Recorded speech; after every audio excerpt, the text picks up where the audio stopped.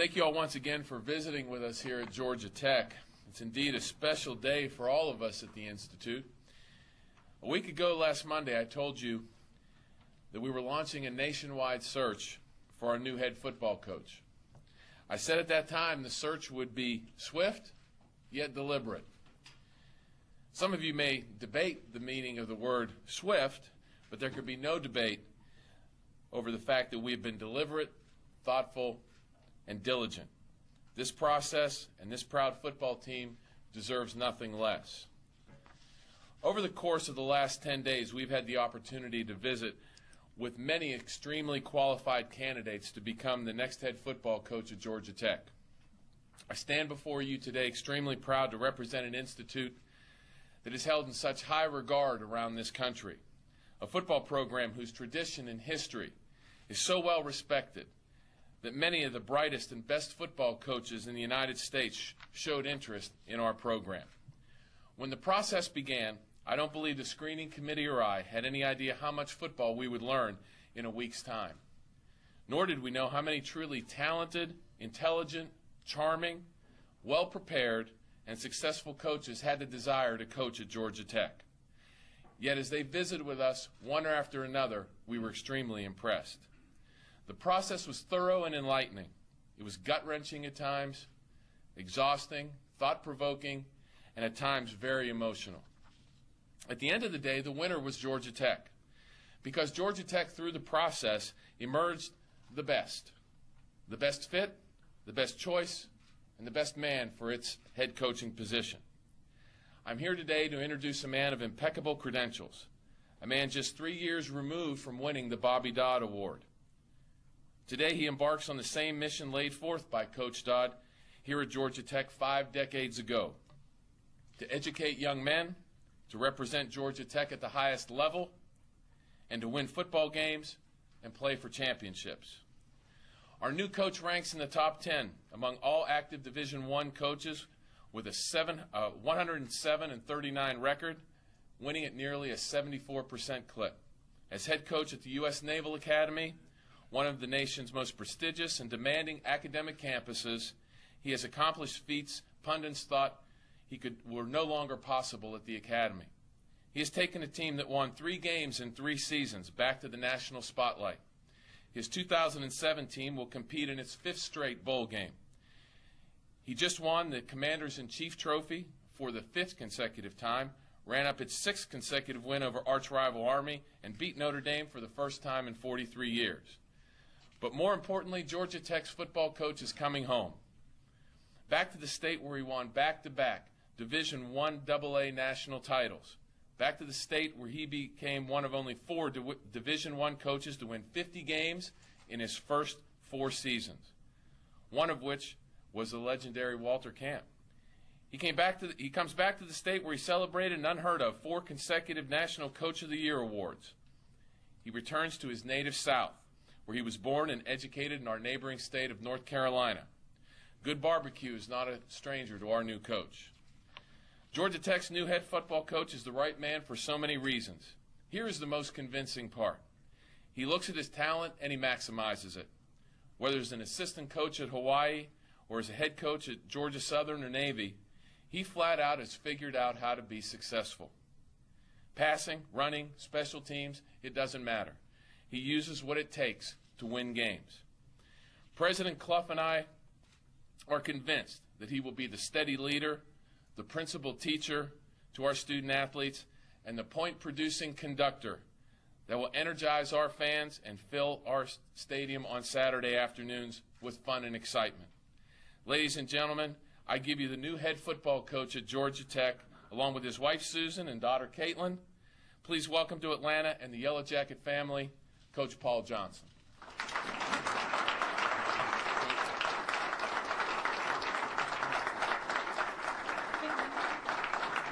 Thank you. Thank you very much. It's really humbling to be here today. I think to have the opportunity, I'd like to thank Dr. Clough and Dan and the entire Georgia Tech family for the opportunity to lead a program so steeped in tradition and history. When I first met with the committee last Sunday, it seemed like a match made in heaven to me. I was so looking forward to coming back to the state of Georgia, where we had such a great time at Georgia Southern for 5 years, and to have an opportunity to come back to an institution that's held in such high national regard as Georgia Tech. Not only the football program, but the academic side and everything involved was a dream come true for us. I'd like to thank Susan and Caitlin for being on the journey with me. As football coaches, sometimes you're a little bit of a vagabond. You bounce around. And we've kind of moved around in a circle, and every time that I've gotten a call, they've been willing to go. So we come into this situation with an extreme amount of excitement. I think it's a great opportunity. There's probably not another program I would have left the U.S. Naval Academy for. I think that when we coach, we search for a school or a football program that you can compete on a national level for championships, and certainly I feel that way about Georgia Tech. So we're looking forward to the challenge, becoming part of the Georgia Tech family. I promise that we're going to play an exciting, tough brand of football that everyone can identify with. And we're excited to get started. So I guess I can throw the thing open for questions if anybody has any. Coach, you, of course, are associated with the spread offense. Does that work in the ACC? Do you bring that here? Do you adapt? What do you do? Well, I think it works in the ACC.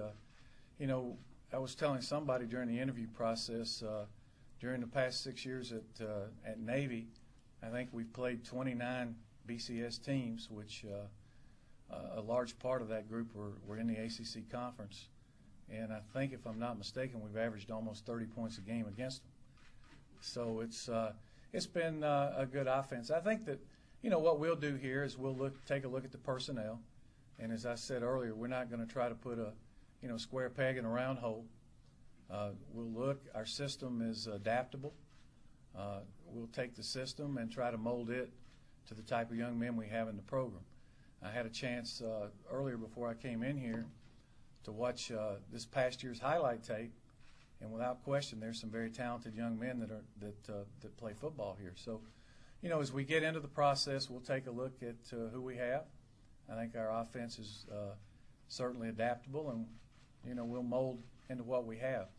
I think that you need to run the football to be successful and stop the run, and that part won't change, but certainly we'll be excited to get started. Anybody else? Wow, this is a nice crowd. Paul, I talked about coming back to Georgia and what I spent part of the 80s in Southern and part of the 90s back down there. It's exciting to be back in the state. Well, it is exciting. I think that, getting back to where there's sweet tea, golly day, can't beat that. So it's, I've got a great deal of respect for the high school football in the state of Georgia. I think the high school coaches do such a great job, and clearly football is important in Georgia. And it's very gratifying for us to be back in a state where we've enjoyed some success and enjoyed the people and the relationships that we had. So, we just look forward to getting cranked up and getting back involved with all the high school coaches and all the people in Georgia to try to make Georgia Tech the best football program in the country. Coach, what do you think of the competition you're going to face as far as recruiting down south in this area in particular? Well, I think that, if you're recruiting the right people, you're going to face competition. Certainly, I think we've got a great product to sell. We've got a great school, a great, football program, a great tradition, a great history. So, I don't feel like we need to shy away from anybody when it comes to recruiting. I think the key is to develop the relationships and go out and sell your program.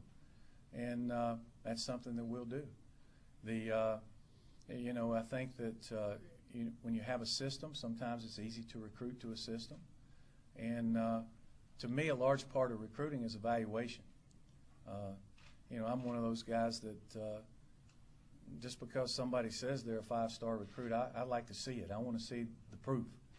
I want to, touch it and feel it and smell it and watch them play and see what they do. So there's no question that there's some great football players in the state of Georgia, and that'll be our primary recruiting concern. But I think with Georgia Tech, you have the national reputation, and certainly we'll be able to go wherever we need to go for top student athletes. Well, how much does your experience at Navy recruiting the academic standards help you here?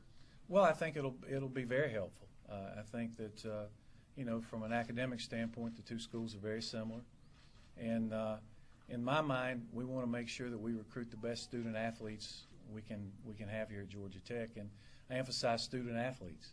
We're not looking for somebody who doesn't want to go to school and get a great education. I think when we go out and recruit, you try to get to know the young people, and we're looking for the total package, and I think there's enough of those guys out there to be very successful. So it should help a lot. I think that the two mirror each other. Can you talk about your bowl plans? I know you spoke with your players at Navy this morning. Right. I met with our team this morning before we left, and right now I will not be coaching our team in the bowl game. I think that I'm under the impression that when you take another job and you go to another program, it's better off to go ahead and cut the ties and get started with a new job. So, I'll go back tomorrow and tie up some loose ends with staff and with different things, and then I'll be back down here Sunday afternoon to hit the ground running and go to work for Georgia Tech, because that's who I work for now. Well, was it a difficult decision? It was a difficult decision, simply because I think any time you're involved with the outstanding type of young people that we have at the Naval Academy, and as a leader, that was one of the most difficult things I've had to do, was go into that team meeting this morning and look those guys in the face and tell them that you're leaving. So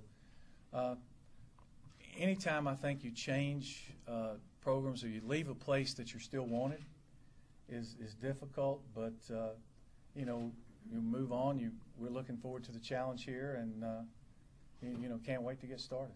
Have you got a chance to meet the team here and talk to them? Later on tonight, I'll have a chance to go in and meet with the team, and I'm looking forward to that, and kind of outline my vision for them and tell them what I expect of them here in the next few weeks until we can really get started. Have you spoken with John Kennedy? No, I have not yet. I plan on doing that and plan on speaking with all the assistant coaches as soon as we can make that happen. How many coaches will you bring to Navy? It's still up in the air a little bit. I think that that'll be a little clearer probably after this weekend, but certainly I'd like to bring a nucleus of our coaches with us. Paul, did your success against Army come up when you were talking to the committee, and it doesn't translate to the rival team? Well, I can't remember if it came up directly when we were talking, but I have some experience in rivalry games, and I think most people have rivalries. And having been in the state of Georgia, I certainly understand the importance of that one. And not going to shy away from that. That's a game that Georgia Tech needs to win, and I embrace that. So we'll approach that in that manner. We were very fortunate that we just set the series record in the Army-Navy game for the first time in the history of the series. I think it's 108 games that one team had beat the other 6 times in a row. So, we're looking forward to engaging the University of Georgia. It'll be a big challenge. Two questions. First, did it basically come down to taking this job or going back to Navy because there were a couple other offers out there? And then the second question is, some have this perception that given the academics here at Tech, there's a limit as to what a program can achieve Right. year to year. Do you see any limits? Well, to answer your first question, it did come down to taking the job here at Georgia Tech or staying at the Naval Academy. And, Susan and I and Kaylin wrestled with that for a good bit last night. And we just felt like the opportunity was too great here to come, to a great institution and have a chance to compete on the national level with a tremendous football team. I think that answers your second part a little bit. If I thought there was a ceiling here and we couldn't compete for championships, I wouldn't be standing here. I think the one thing that drives me is the chance to compete for a championship, and I see no reason that you can't do that at Georgia Tech. I think everything's in place to be able to accomplish that. What are some of your immediate goals Wow, immediate goals for the upcoming season. Have you had a chance to think about that? Well, you know, my first immediate goal is to put together a top flight staff, one of the best staffs we can put together, to you know, try to get engaged in the recruiting process as quickly as we can, to try to put together as good a recruiting class as we can. And I think that you know, that'll be important to get started on early, and you know, just start to lay the foundation for our football program. You know, I plan on next week getting back, and I'd like to, if I get the chance, I'd like to meet with as many players as I could one-on-one. I think that's invaluable. You know, I'd like to meet with all the support personnel and get their take on what's happened here, good and bad, and then kind of formulate a plan as you go. But you know, number one priority right now is getting the staff on the ground to recruit, and making sure that our guys on the football team finish up school strong, and you know, getting ready for spring practice. Dan spoke last Monday of his hope that the new coach would inspire the fan base and energize the market to buy tickets. Mm-hmm. What's your view of the coach's role in that regard, and how can you best achieve it? Well, I think that you know, as a head football coach, that you're involved in every aspect of the program. The best way to achieve it, win games. And you know, when you go out to the stadium and people come to watch you play, it's fun to watch. It's exciting. And you know, it's been my experience through the years coaching that if you win, most people leave excited. It's a great elixir. It's you know, it's not rocket science. I think that if you have a good program, people come, and certainly everybody wants to win. Paul, you've taken the idea that to win you need to run to a new level, running roughly 85% of the time this year. It's no secret that you've had great success running the ball at Southern and at Navy. But a lot of people have suggested you've run as much as you have because the system is unique in its design. You take advantage of misdirection. You try and create double teams in places where they're not. You're undermanned, so you've done what you've done because you've had to. If you're able to recruit a higher caliber of student athlete here, and you assume a greater caliber of student athlete here, does that mean necessarily you'll pass more, you'll open up the playbook, grow it, and add the pass, even if you're going to remain run-oriented? I mean, your offense is not dissimilar in its design to some like Florida, Illinois, some other places that are also prolific. Or would you considerably stay, you know, an 80% run team no matter what the talent is? Well, I don't know that I would put a percentage on run pass. I think that the thing you have to do is you know, when I started coaching a long time ago, they told me the object was to get one more point than the other team, and whatever it takes to do that. You know, I've had teams in the past when I coached at the University of Hawaii that you know, we probably threw the ball 40 or 50% of the time. I think that common sense would tend to dictate that if you have undersized guys and they're not as big or as fast as some of the guys you're playing, and you're still having a lot of success, that bigger, faster guys doing the same thing would have a lot more success. But, you know, we're going to try to do whatever it takes to win the football game. You know, if it's throw the ball 35, 40 times a game, so be it. If it's throw the ball 15 times a game, so be it. I think that, you know, once again, we'll look at who we got and what they fit and try to formulate a plan from there. But there will be a good basis of running the football because that's what we've done. Will you coach this team in the bowl? No, I think that that had already been decided, and actually, you know, I think that's probably a good decision because this is, you know, the previous staff's football team, and I'd probably just be in the way. How do you feel personally about being involved in other parts of the job, such as helping sell the program, marketing, having to spend time in those areas away from everyone? You know, it's like I said earlier, I don't have a problem with that. I think that that's part of being the head football coach at any major college program or any program. I think that, you know, when asked to do something to help out or when asked to do something in that area, certainly I'm available and be more than happy to do it. I think that's part of my job. Paul, is it safe to say that regardless of what run-pass balance option is going to remain a part of it, some version of the option, and the goal to spread the field, which you clearly spread the field a lot. There are a lot of ways to spread the field, and big line splits and all that. You're going to retain a lot of those principles. Certainly. What you decide to do. Sure. I think that's our calling card, and that's what we've been very successful doing. And if you look at the teams now, you said a little earlier, I'm not sure there's a huge difference in what we do and what the University of Florida does with Tim Tebow, or what West Virginia does, or what Illinois is doing. The biggest difference would be there in the shotgun, so the perception is that it's different. And but it's really not that different. And that's the base of what we do, and like I said, we'll adapt it to the personnel. It's will we line up in one formation and run 4 plays the whole? No. But I don't know that you could be successful doing that. But the option will be a big part of what we do. Anybody else?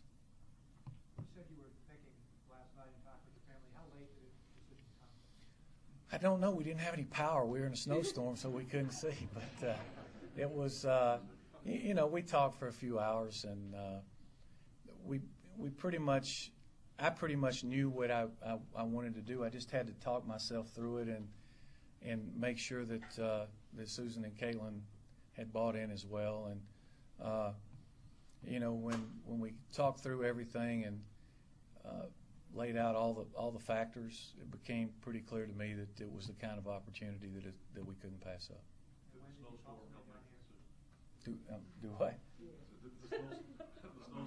Well, that and not having any heat, we thought maybe we'd get in the South. Yeah. When did you call somebody down here? When did I call somebody down here? No, you This morning. How would you feel about scheduling a game against Georgia Southern?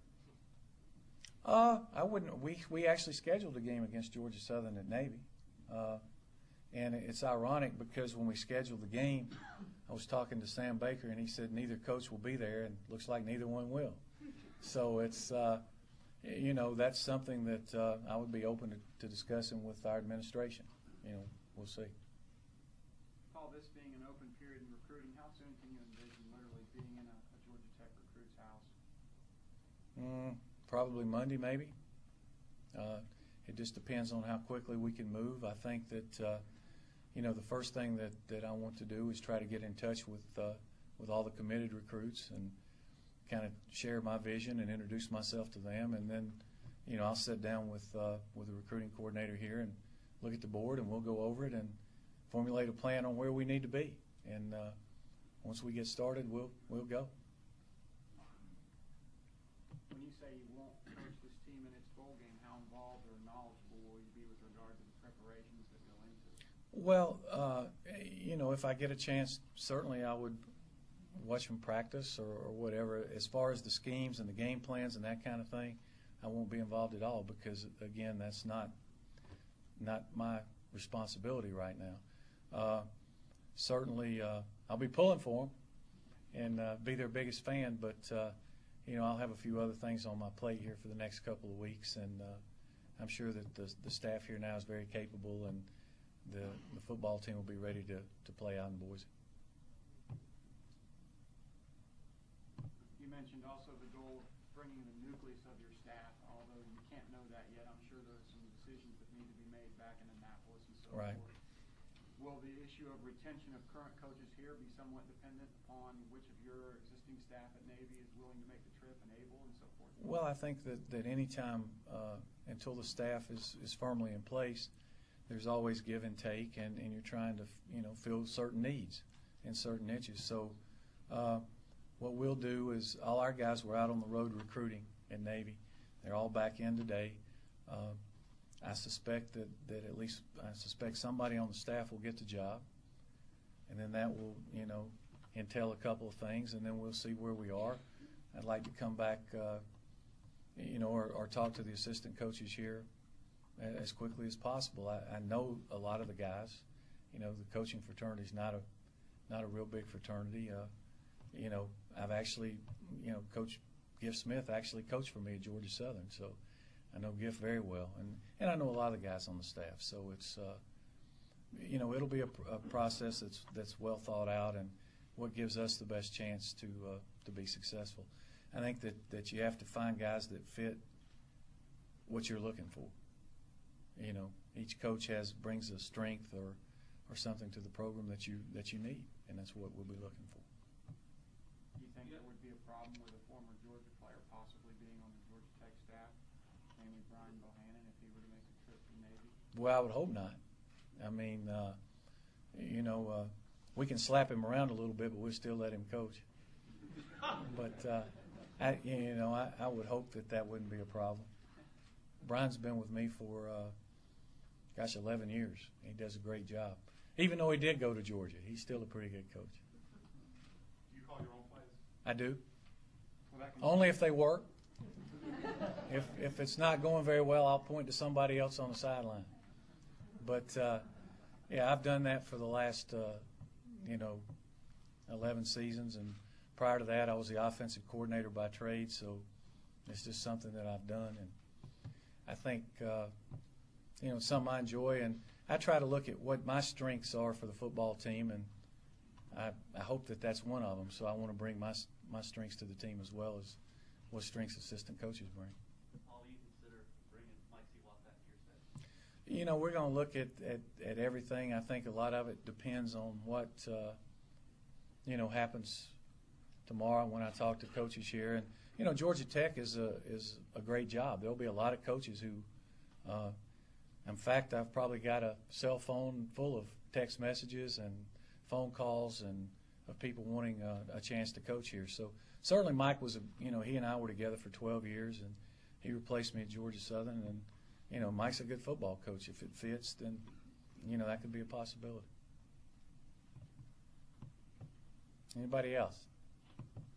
Anything else for Paul? Okay. We have a little bit more time before we have to get Paul out of here. I'm sure Dan would be available for some questions, Paul. And if you need anybody else, see me and I'll try to help you. Okay. Well, thank everybody for coming.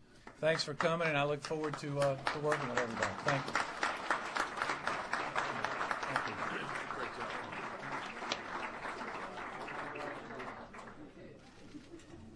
Great job. Thanks. Congratulations on your new job.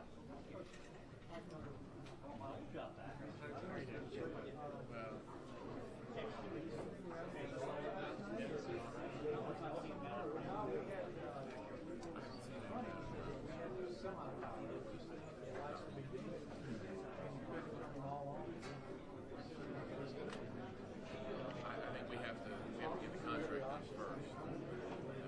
But that it's a 7-year deal. Not quite.